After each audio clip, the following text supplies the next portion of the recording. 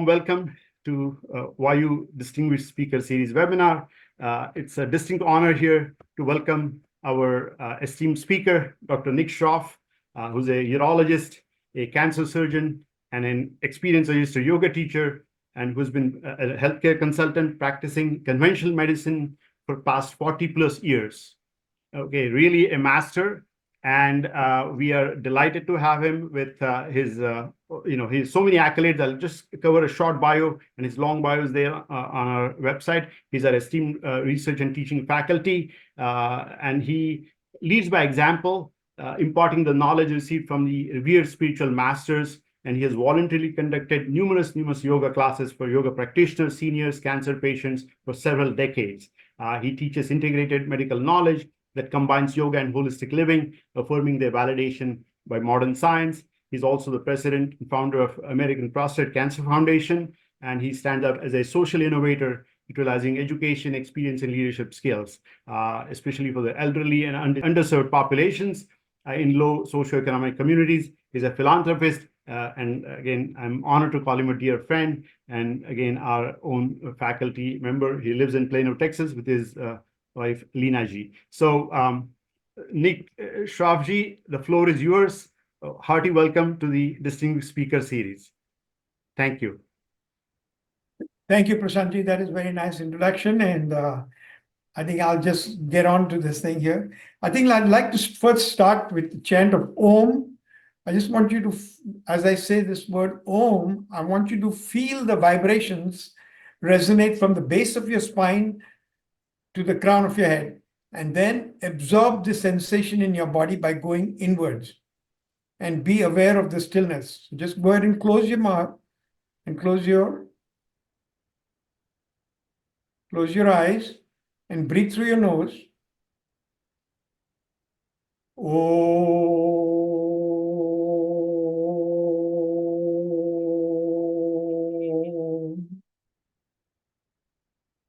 Good. So breathing is inherently automatic, but most people need to know how to improve their breathing. It is automatic, but you need to have some voluntary control. So what I'm going to show you today, and I'm going to share with you some pretty slides, is that first of all, you need to breathe through the nose at rest when you're doing anything at all. And even when you're exercising, breathe through your nose, keep your mouth shut. And then it's a diaphragmatic breath. So, we call it loosely, it's a belly breath. But besides the belly breath, as you can see, even the ribs are flaring out. See, the ribs flare out. So that is the important thing here. So it's the ribs and all that. So when the diaphragm contracts, it becomes straight like this. See, it is straight. But when the diaphragm relaxes, it becomes curved like that. See, that's called the cupola of the diaphragm. So basically this is, and you inhale and the diaphragm moves down, you exhale and the diaphragm moves up. I mean, that everybody knows, but it is a slow, quiet, rhythmic breathing. And that is the one that will increase the vagal tone. So 80% of your parasympathetic nervous system is the vagus nerve. So vagus is vagabond, it's a vagus nerve. And what I'd like to impress upon you is that the whole purpose of yoga and all this breathing is to down-regulate your sympathetic activity and up-regulate your parasympathetic activity. So as the diaphragm movements occurs, this increases your core muscle stability. Okay. So if you look at the yoga part, I mean, even more than 2,000 years ago, the yogis knew about the importance of breath holding. The whole topic is intentional breath hold.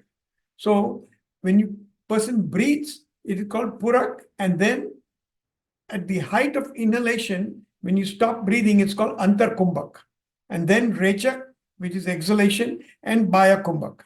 So in yoga, they always talked about the antar kumbhak and baya kumbhak.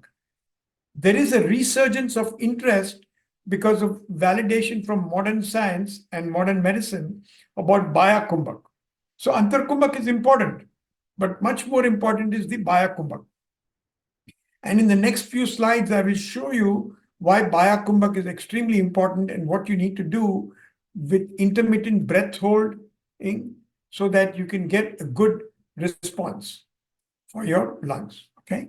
So, of course, this is just a very short disclaimer right now, and I'll talk to you a little bit more about the disclaimer towards the end of this thing. But a person is pregnant, has uncontrolled hypertension, has cardiovascular problems, lung problems, panic episodes, they should not do this breath holding techniques, like Kumbhaka. They should not do it. Okay. So if you look at this relaxing breath, this is called the 4-7-8 breathing. And this is very popular breathing. It is based on the yoga principles that we have talked about, Kumbhaka. And Andrew Weil has talked about it extensively and written a book on it. And he, in fact, made this famous statement that if he had to give one thought about this breathing, it would be about this 4-7-8 breathing to get calmness, peace, and ease.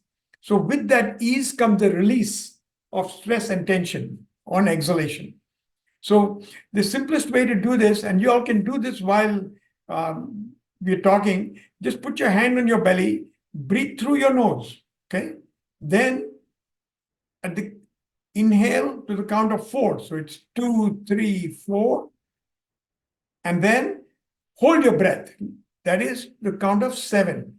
2, 3, 4, 5, 6, 7. And then breathe out. 2, 3, 4, 5, 6, 7, 8. So breathe in. 2, 3, 4. Hold. 2, 3, 4, 5, 6, 7. And breathe out. 2, 3, 4, 5, 6, 7, 8. You can repeat this several times, but the point is that the exhalation is double the inhalation. You see, you breathe into the count of 4, so you breathe through the nose. That's a gentle reminder. And then it's 4 seconds inhalation, 8 seconds exhalation. And in between, you can hold for 7 seconds, 8 seconds. There's no magic number here, but it's just a general idea. And you breathe in and out through the nose. And, we even teach little children to do this. We put a teddy bear on their abdomen and we tell them to let the teddy bear go up, and they breathe in and the teddy bear comes down and they breathe out. So this is the important thing. And they can put a book over your abdomen or so many different things. So breath is the vital link to prana, right? And that is the energy of the universe.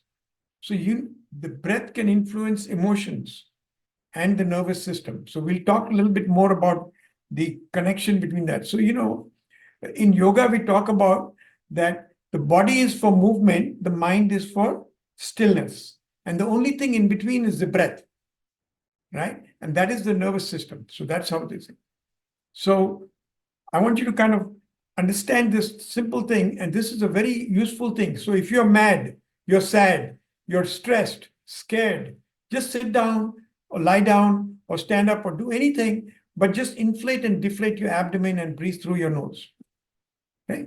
So this is our yoga alternate nostril breathing. We call it Nadi Suddha. There's so many different names for that. But this is the basic thing is that you're closing your nostrils. And here also you can do that 4-7-8, or you can hold for 4 counts, whatever, it doesn't matter. But the basic thing is that you're holding your breath at the end of inhalation. And that is important. Okay. Now, I'm going to rush through some of these slides because this is very basic, but I want to kind of, in an effort to become as comprehensive as possible, I just want to go from one thought to another so that you can get the entire picture about different types of breathing. For example, here, you breathe through the nose, and we're going to repeat that many times. Then you hold your breath and you breathe out. So this is like an inverted triangle, right? So you breathe in. See, the arrow is up here, and I'm showing my arrow here. You hold your breath at the height of inhalation, and you breathe out. But now one more thing that we're going to add is that exhale hold. So exhale hold, you need to go just beyond your comfort zone. So, you feel like you have to breathe, but don't stress yourself, but just go a little bit beyond your comfort zone, and gradually you will be able to hold your breath better. So this is a simple thing like box breathing. And I've got another slide to kind of home this point, because see, this is called samvriti pranayama. I mean, yoga talked about it extensively, but now there is a resurgence of interest because sama means equal flow.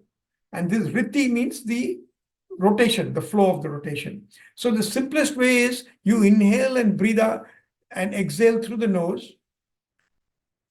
You breathe in for 3 seconds, hold 3 seconds, breathe out slightly more than 3 seconds, and then you hold for 3 seconds. So that's how you start. Then gradually go up to 4.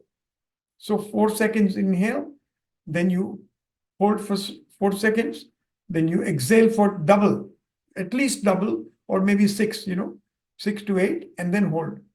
So this is the box breathing. There are several benefits with box breathing, and it's a slow exhale. So in the next slide, I wanted to kind of show this in a different way, because you can visualize a square. And you imagine traveling up one side when you inhale. So you breathe in, you inhale, and you hold. This is the antar kumbhak, right? Then the rechak, where you breathe out, and then the rechak kumbhak.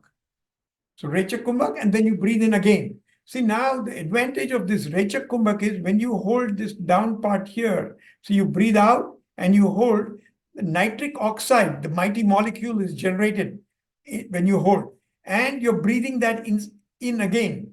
Whereas when you breathe out, the end of inhalation, you're breathing it out. So you're not holding that nitric oxide, which is very important. See, nitric oxide is a cardiovascular signaling. It dilates the blood vessels. It improves the circulation, improves your breathing, and improves the oxygenation in the tissues, the muscles, all the organs, your lungs, your liver, your brain, your heart, everywhere it increases this thing here.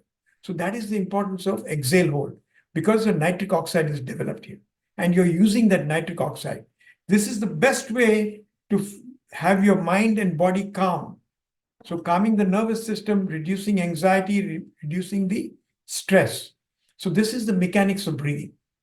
So just imagine this little thing here, traveling up by inhale, hold, exhale, hold. That is the most important thing. And then you inhale again. Okay? All right.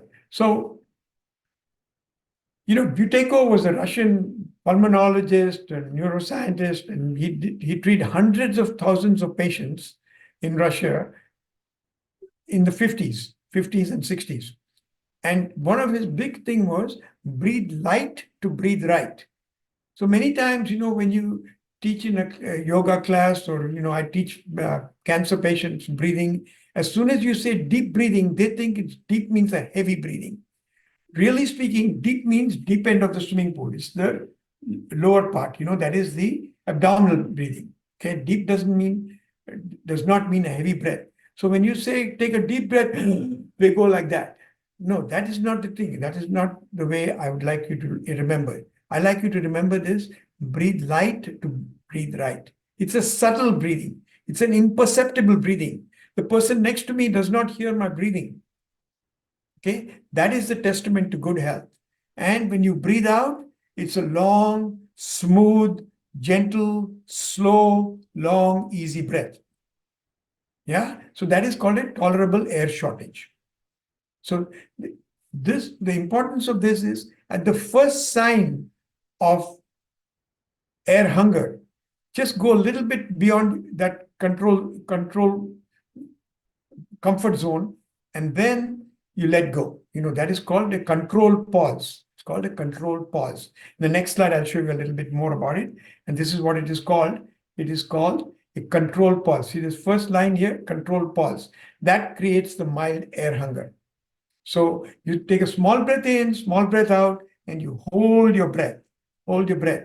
And at the first sign of air hunger, that means just a little bit beyond your comfort zone. Okay, you restart your breathing. Okay, so this holding your breath appears to be counterintuitive. We tell people, hey, listen, don't stop breathing, breathe. But then it appears to be counterintuitive. But what happens is your body is a beautiful mechanism. It adapts, it compensates to maintain proper functioning of the vital organs. In other words, the body makes sure that your liver, your brain, your kidneys, your heart, your brain, everything gets good oxygenation. So this is similar to calorie restriction. A lot of people do fasting, right? We do fasting on Ekadasi and a lot of other functions, right? So this is similar to fasting. But so that's why I tell you that it appears to be counterintuitive. Okay. And that will increase your vagal tone, your nitric oxide, and all the good things that I talked to you a little bit earlier. So there are many books and many techniques for this, but one of the techniques that is most prevalent right now in modern day medicine and pulmonologists that use it is called the oxygen advantage. And this is a breathing technique for health and fitness. So the way that I do this, and I wanted to kind of share with you, this thing is that it not only helps you to improve your lung function and for good health and good fitness, but it also helps you to high altitude training. Okay, so this is for high altitude. Navy SEALs use this. Olympic athletes also use this same technique of breathing, and they do this a similar way. There are lots of little variations in this, but basically it means that normal breathing, and then you stop breathing, then you breathe again, and you hold your breath, breathe again, hold your breath. So this is what, see, he's holding his breath here, number 2. And in number 5, again, he's holding his breath. So, you just walk and stop and walk and stop. This way, you can improve your health and your pulmonary fitness, So you just pinch your nose and walk, that's all. That's as simple as that. Many times I don't want to bring my oxygen level too low, so I use a thing called pulse oximeter. See, I use a pulse oximeter.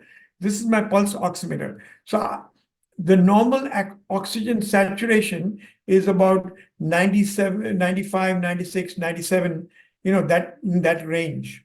Okay. So if it drops below 85, then you got to be concerned, And of course, below 60, you'll pass out. So you don't want to go too much. So then that will be too much of a good thing. You just need to follow this appropriately and go about it gradually. The pulse oximeter will tell you whether your oxygen saturation is decreased too much. So I kind of use this part commonly, and at least that way I have got some way to measure my breathing. Okay. All right. So few minutes ago, I told you that, the whole purpose of yoga is to down-regulate your sympathetic activity and up-regulate your parasympathetic activity. So this parasympathetic activity is by the vagus nerve. That is the cranial nerve. It's the 10th cranial nerve.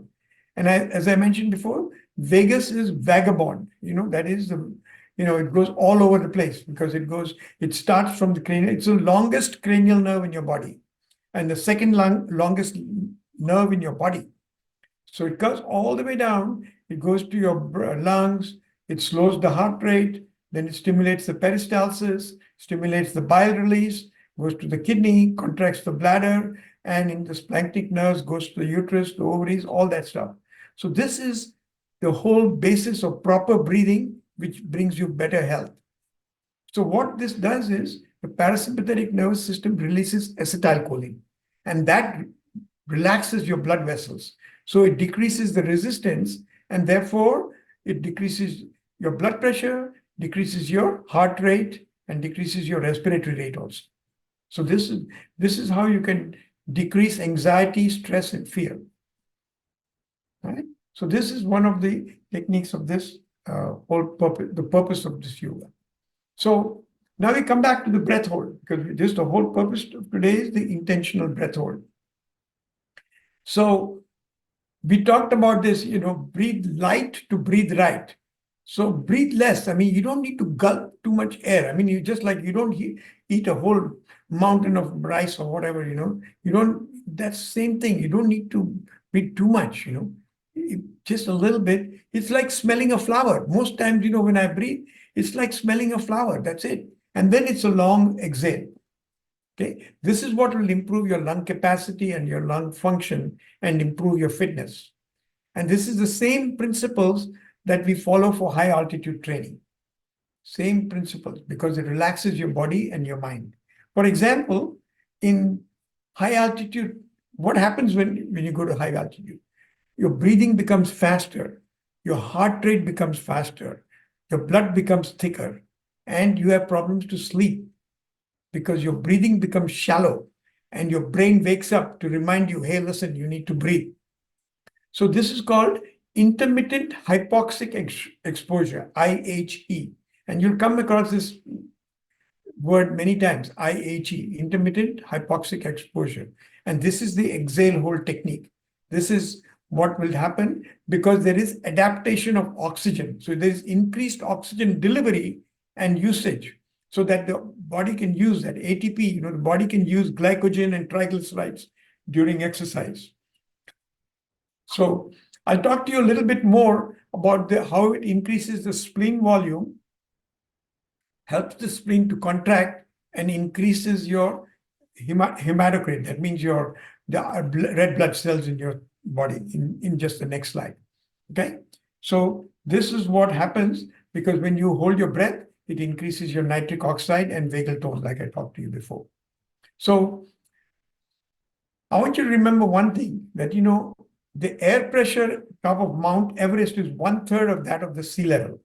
So the air becomes thinner as you go up. For example, if you want to go to Kailash, or Mansarovar, Kailash, or anything, a lot of people are going. In fact, one of my yoga group are taking 80 people to Mansarovar and Kailash, and I'm teaching them how to breathe properly for acclimatization. So we're teaching them. So, for acclimatization, you don't need to go to the mountain. The mountain can come to you. And how does the mountain come to you?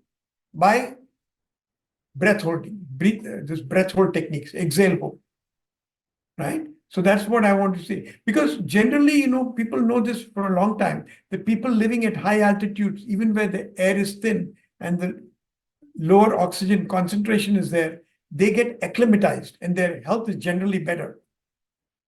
But they also know about breath holding techniques and how your body compensates to maintain vital organ functioning. Yeah. So this is what high altitude training is. So I wanted to kind of show you this slide, and I want to kind of take a pause here because the whole purpose of yoga is we talk about biomechanics of breathing. You take abdominal breath, you move your ribs, and your posture is good. You sit straight, you sit in Vajrasana. All those things are biomechanics of breathing. And then there is a cadence of breathing. Cadence meaning, what is your respiratory rate? Most people are breathing 10 to 15 times a minute. Some are even breathing more. During COVID time, it was especially apparent. But the ideal number of breaths is 5 or less. That's when for example, when you sing the chanting, or you do the mantras, or you do meditation, or you do Kriya Yoga, or various types of Kriya principles, all of these decrease your respiratory rate. That is called the cadence. So that is important, okay? And the third thing is the biochemistry of breathing. So don't let this scare you, but this is just a very simple thing because knowledge is power. If you understand this, you can understand the whole principle of what is happening during your breath holding, okay? So this is the influence of carbon dioxide in the blood. So for example, in the tissue, when you exercise, everybody knows that, right? The carbon dioxide is increased in the blood. So when you exercise or you hold your breath, you pinch your nose, you hold your breath, the carbon dioxide increases in the blood because the whole purpose of breathing is to bring in oxygen and liberate carbon dioxide. So when you're holding your breath, carbon dioxide is accumulated. Exercise, because if you exercise, metabolic activity, carbon dioxide is increased in the blood. That with water forms carbonic acid, forms pyruvic acid, all of that. But carbonic acid, let's talk about that now. So that decreases the pH. So I want to focus on the blue part. The tissue is where this occurs, and the pH is 7.4, normal pH. And the pH decreases to acidic range. That means 7.2, for example. So what happens is when the pH decreases to 7.2, the affinity of the oxygen in the hemoglobin is decreased. So remember one thing, that the oxygen that we breathe is not freely going into the blood. I mean, you breathe and then from the alveoli it goes into the bloodstream, but only 2% of that oxygen is free. The rest of it is bound to hemoglobin. That is called oxyhemoglobin. Now, for that oxygen to be unloaded in the tissue, okay, if it is in the acidic medium, it is easier. So the affinity of the oxygen is decreased in acidic pH, is decreased, and therefore there is better unloading of the oxygen in the tissues. So that's the reason why if a person is in good physical health and is an athlete, they have carbon dioxide tolerance. So they don't get tired very soon because there is less of lactic acid buildup. Okay? So this is important because there is increased unloading of oxygen in the tissues, in the cells, in the muscle, in all the organs, your liver, your brain, your kidney, your heart, your lungs, everything that will happen here. Now, in the lungs, it's the opposite because, the carbon dioxide is liberated. So carbon dioxide is low. There is respiratory alkalosis. So it is alkaline. So instead of 7.4, for example, it's 7.6. So that increases the affinity of oxygen. So the hemoglobin picks up more oxygen from in the lungs. And then that is transported to the tissue.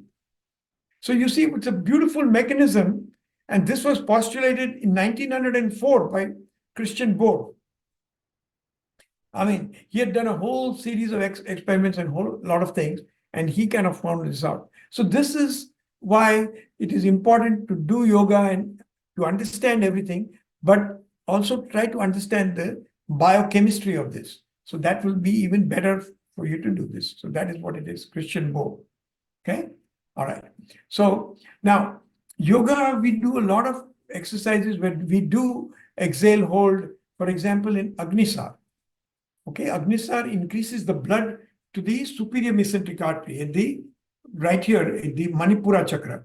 So that's how you can generate heat, right? There's the churning of the belly, and that will increase your respiratory efficiency, your circulation, your digestion, and your body heat.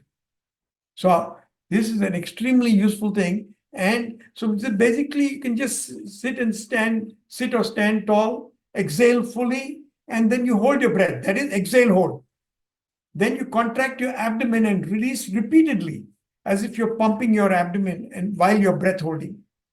Okay, it's a very simple technique, and we teach this in the yoga classes all the time, and many of you might be doing this. But I just wanted to bring this here because this is to just give you the entire picture. So this is just one of the techniques that we do, and this is based on our yoga. But now, with validation with modern science, there is a resurgence of interest in people doing Kapalbhati and Agnisar. Yeah, they're the same. So there are bandhas. Now these are root lock. For example, there is Muladhara bandha, Udyana bandha, and Jalandhar bandha. Jala means net, right? So these are the three bandhas, and then there is a Mahabandha, encompassing all three.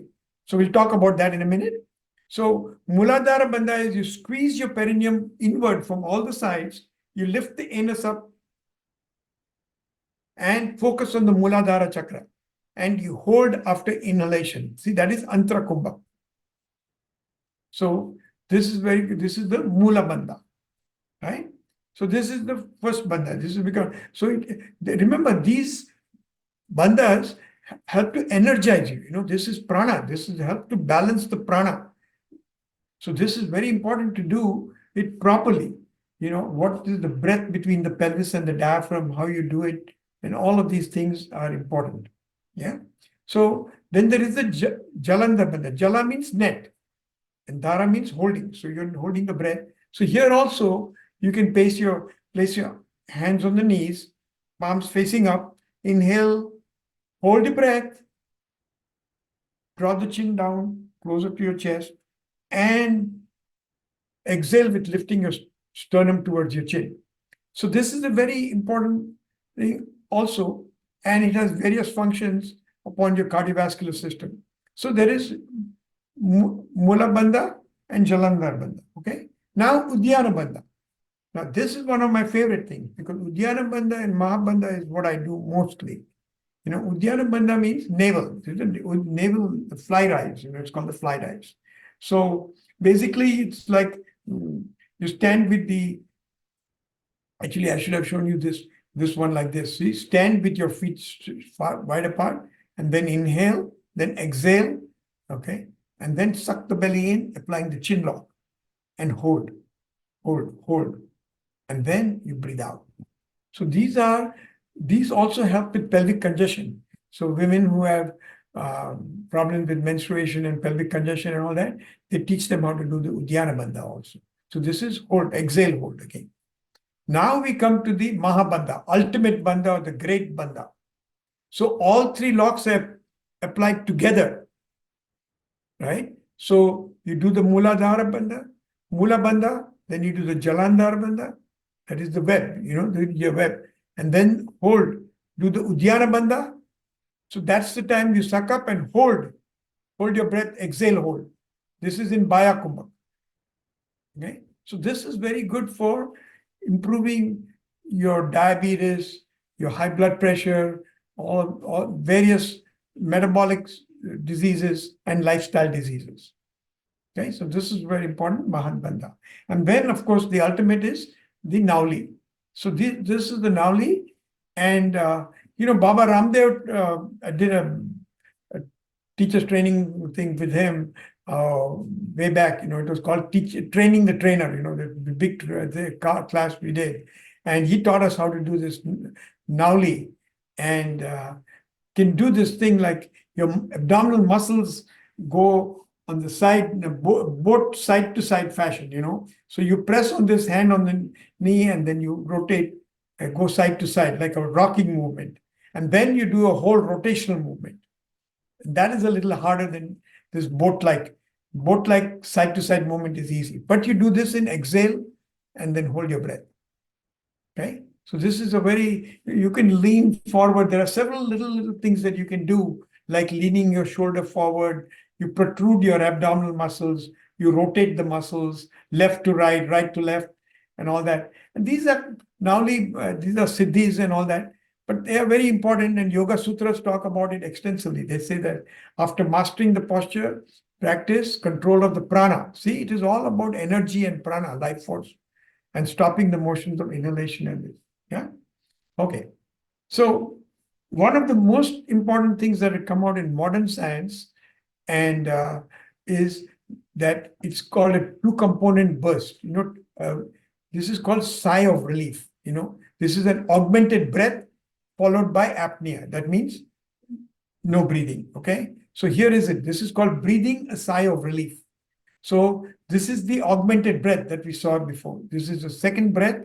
Okay. So you breathe one time, breathe again. And then after the sigh, there is a period of apnea where there is no breathing. See, there's the augmented breath and there is apnea. This is the two-component burst followed by this thing. This is the simplest way that you can reset your breathing variability. I play billiards in the league, and many times there is a difficult shot or there's something, then you have a problem. I take a augmented breath, reset my breathing variability, and that gives all the oxygen to my brain that I need. Okay, it has distinct neurobiological, physiological, and psychological properties. So this is what is called a sigh of relief. I'm sorry, this is the one. So this Jack Feldman from UCLA, he's the professor at UCLA. He talked about the science and rhythm of the breath. And this is the optimal performance. So if you want to do everything in an optimum way, that's the way. Little kids also mimic. If you see them crying infants and children, they breathe to self-soothe themselves and calm down. This is what they do. Take a sigh of relief. This is called a kill switch for stress and anxiety. You have stress, you have panic episodes, you have depression, anxiety. This is what you need to do. Breathing a sigh of relief. Okay. Now, you need to be careful, that if you have a vasovagal thing, you don't want to faint. You don't want to overdo this, Okay. All right.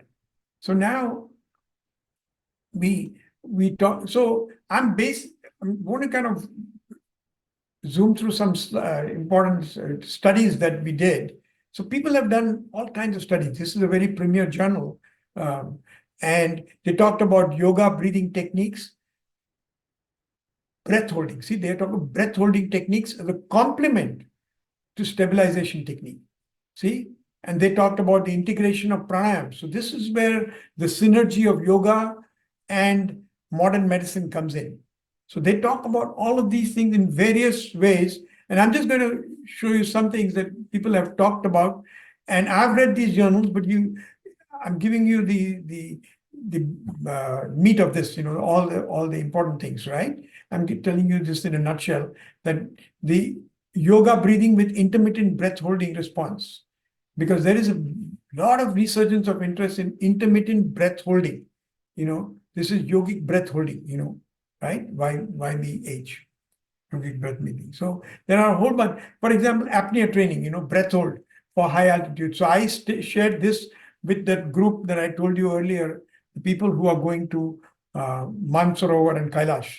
They are going there and they want, that's 16,000 feet they're going. And so I wanted to tell them how to do this voluntary breath hold, get acclimatized, and avoid mountain sickness, high altitude sickness. So there are a lot of physiological adaptations. There is hypoventilation training that I talk to them about.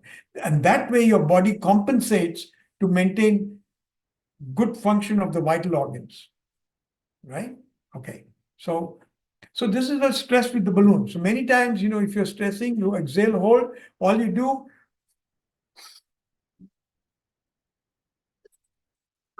So you do these simple things. You just fill the balloon with your stress. So you do this.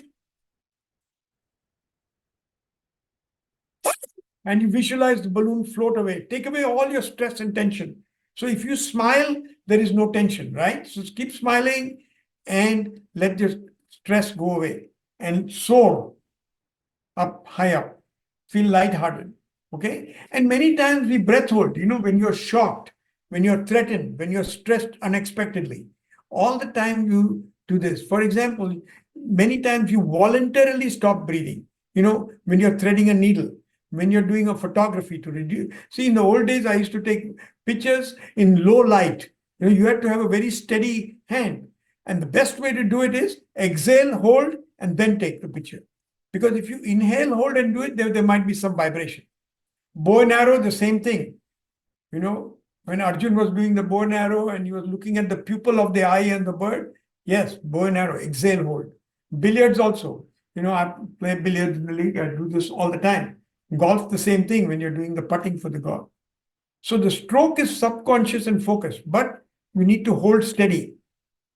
And exactly the same thing occurs for precision shooters, when you do trap shooting.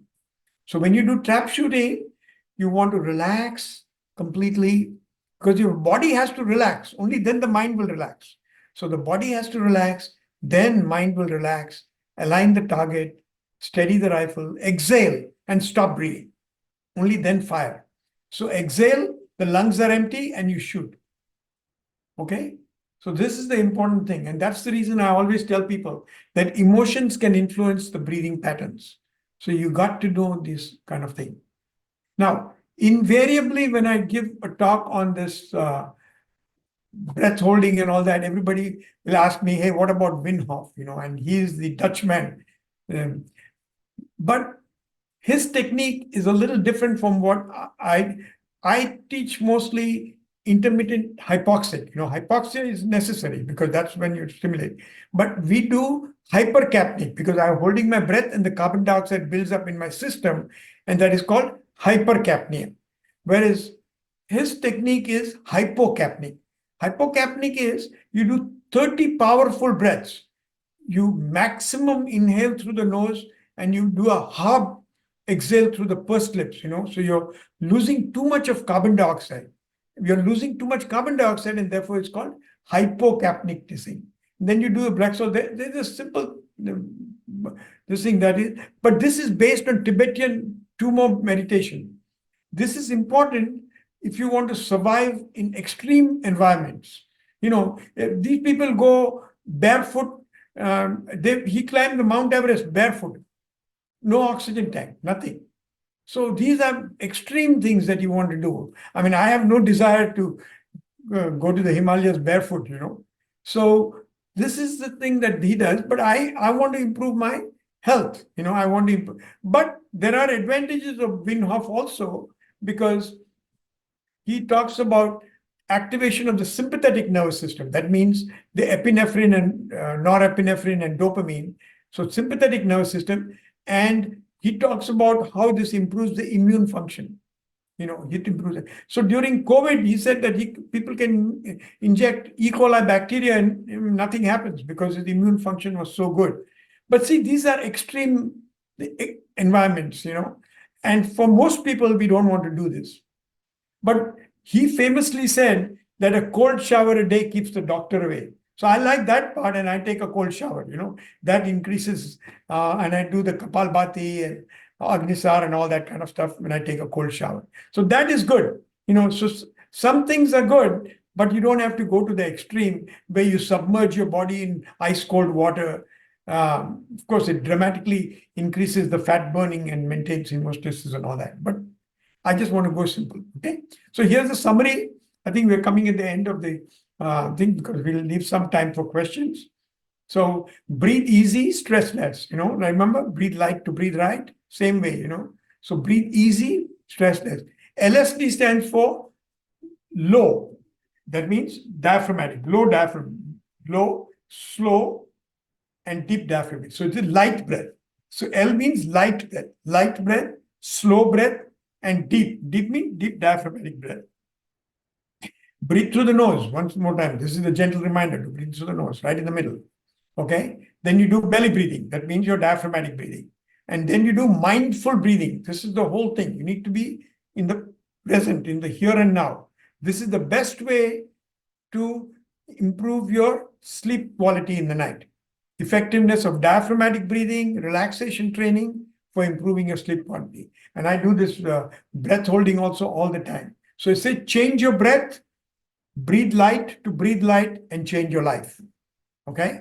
So, and then we talked about the counting that we do. Normally, I don't do any counting now because I've done it hundreds of times. So what I do is I just know that I have to, my inhalation is very short, like I'm smelling a flower. My exhalation is double at least. Okay. So the focus on the attention. And then I like to leave a little mountain and water. I love water sports. So breath centric. So turbulence is distraction, stress, and tension on one side. Focus, calm in here. This is the disclosure. So I just want you to be aware that this does not constitute or substitute medical advice, but complements conventional care. I got interested in this because of breathing during scuba diving. You need to breathe during scuba diving. You do not hold your breath. But there are certain breathing techniques that I do during scuba diving and also underwater hockey that I play. So this is something different that I do. And a lot of my friends do free diving. I have not done free diving, but I know about free diving, and that's when you hold your breath. 10 minutes, 12 minutes, 14 minutes, they can hold. But those are extreme things. I just like to do simple things just to improve my health. And that's what I train people also, athletic. And this is my last slide. Breathe in the amazing. Hold on to the precious. Hold your breath and exhale out this thing. So I like you to connect with the beauty of nature and breathe to heal from within. Thank you all.